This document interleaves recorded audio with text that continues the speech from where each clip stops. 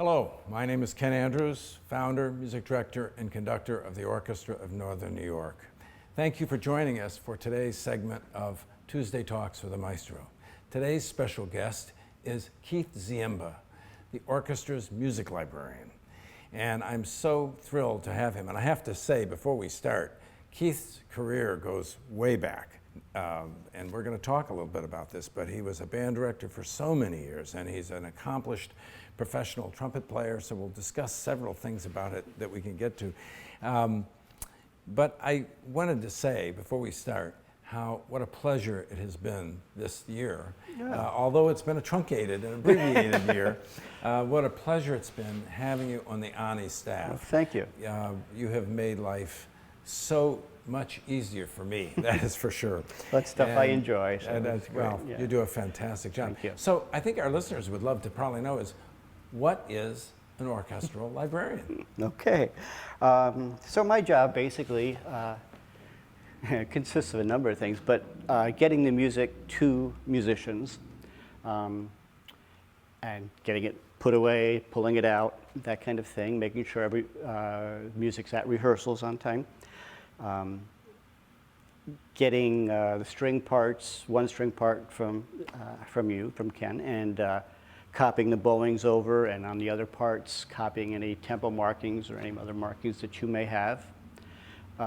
We've started a procedure of making PDF files, so saving money on postage and all by our out-of-town musicians. I just email them the parts, they print them out or read them on their iPads, whatever, and they'll have real copies at the first rehearsal.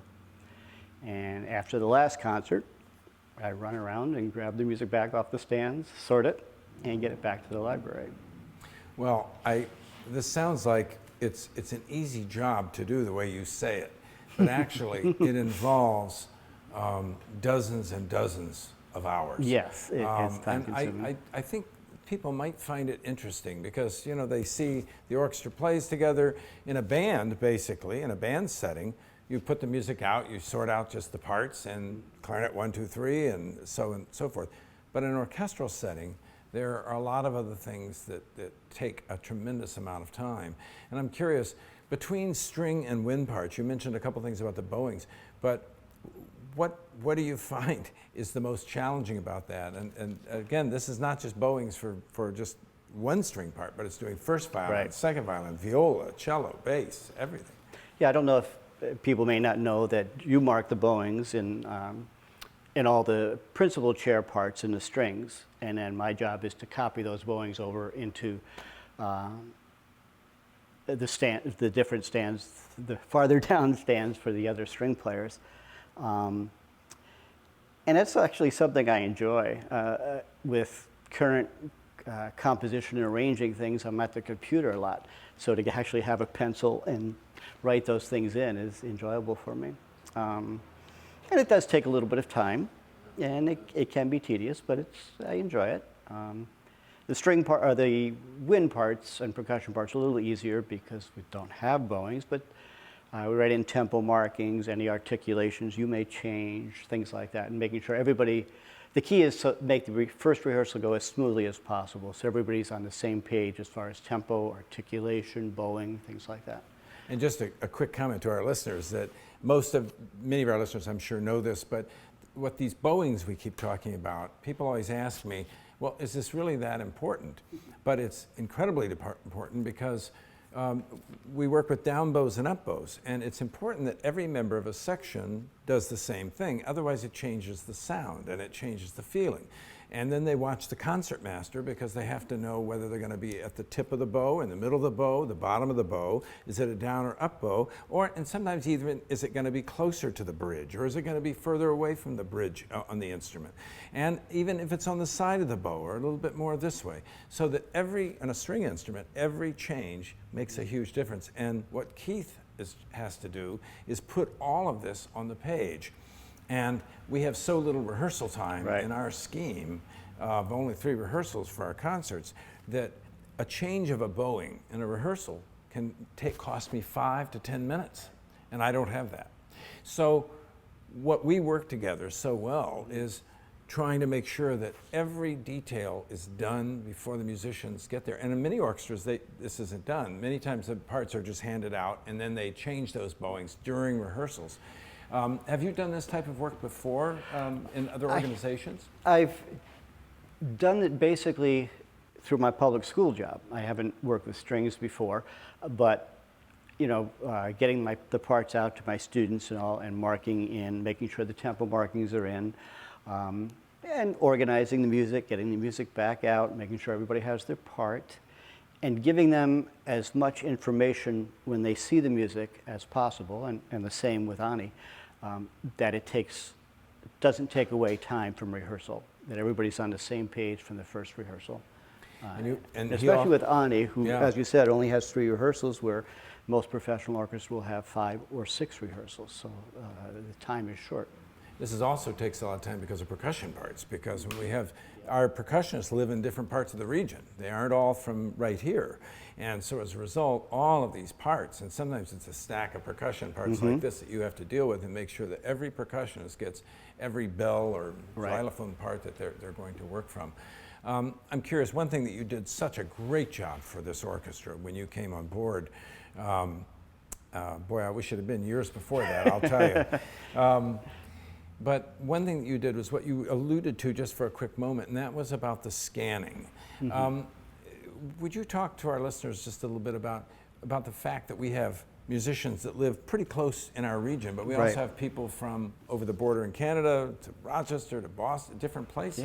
Yeah. How do you deal with this? Okay, so what I do, most music is not printed on a standard 8.5 by 11 sheet, which is when I send the PDFs out, if those musicians need to be able to print it out. So I have to take the parts, copy them, reduce them and copy them to the proper size, to 8.5 and 11, and then from there scan it, make the PDFs.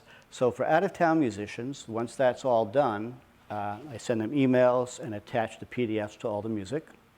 Local players, I stuff envelopes and I let them know when the music's ready, and they pick up their music from a central location, which seems to have worked pretty well. Well, I tell you, it's not only, it's a system that we've been dying to move into, but you were the one that really created this system and made it work. And it's helped our budget lines very much, because it saves us postage, it saves us money for envelopes, and everything else.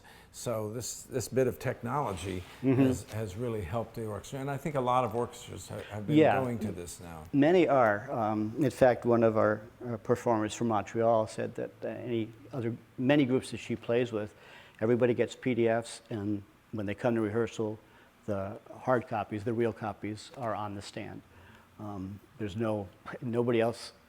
Many other groups will not have a pickup spot for their music unless they come in. Now, before this technology started, years ago before it started, I remember reporting to the board of directors one time that for a summer Pops concert, where we might have 12 or 13 pieces 18. on that I handled 5,000 sheets of paper to put the concert together. And this is what you have been doing this. How do you see your role then in working with the music director or the personnel director, personnel manager? Working with you, we're in communication a lot as far as boeings, what the tempos are going to be, what you want out of the music, and my job is to make it physically happen. With the personnel director, Jill and I are in constant communication when times get near to know. I need to know, who's going to play, what their email addresses are, so on and so forth. If somebody all of a sudden drops out, who's going to replace them, and so on. And also from you getting the string seating, so they're aware whether they're inside or outside stand, which makes a difference. The inside person has to turn pages. They need to practice doing that, and so on. Yeah. It's very interesting. I'm hoping to, in a future interview, that we can talk even more about your performing career. But I know you taught band at Herman DeKalb, correct? No, Edwards-Knox. Edwards-Knox. And I actually started at Knox Memorial 5 years before the merger. And then the old building up on the hill in Russell. How many years were you a band director? About 30, yeah. 30 years, wow. And you're also a performing trumpet player. Yes. And I have to say that Keith's wife, Nancy, has been virtually a charter member of the orchestra for all of these years. Right. And the two of them do a lot of playing together. Yes, we do. Where do the two of you play? Well, right now there's not much going on, but we do have Seaway Valley Brass, which is a brass trio that Nancy and I play with along with a local trombone player. And we do every Sunday have a standing gig in Lake Placid at one of the churches there that has just opened up a couple weeks ago. It's a small congregation, so they're able to spread out, and they're very, very cautious. Everybody's masked.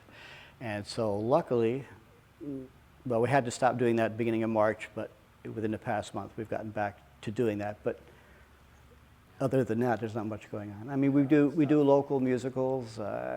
We do a lot of playing in the Saranac Lake, Tupper Lake, Lake Placid area. We belong to the Lights Orchestra. Wonderful.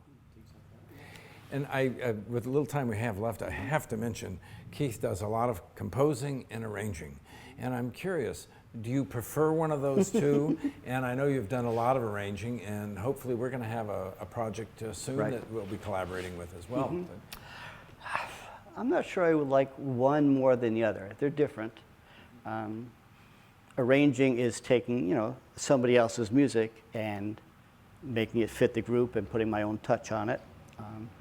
Composing is a little more involved. The inspiration has to be there. But I enjoy that a lot. I enjoy arranging a lot. So I don't know that I could choose one or the other. Yeah. That's fantastic. And lastly, I just wanted to ask, when did you start trumpet?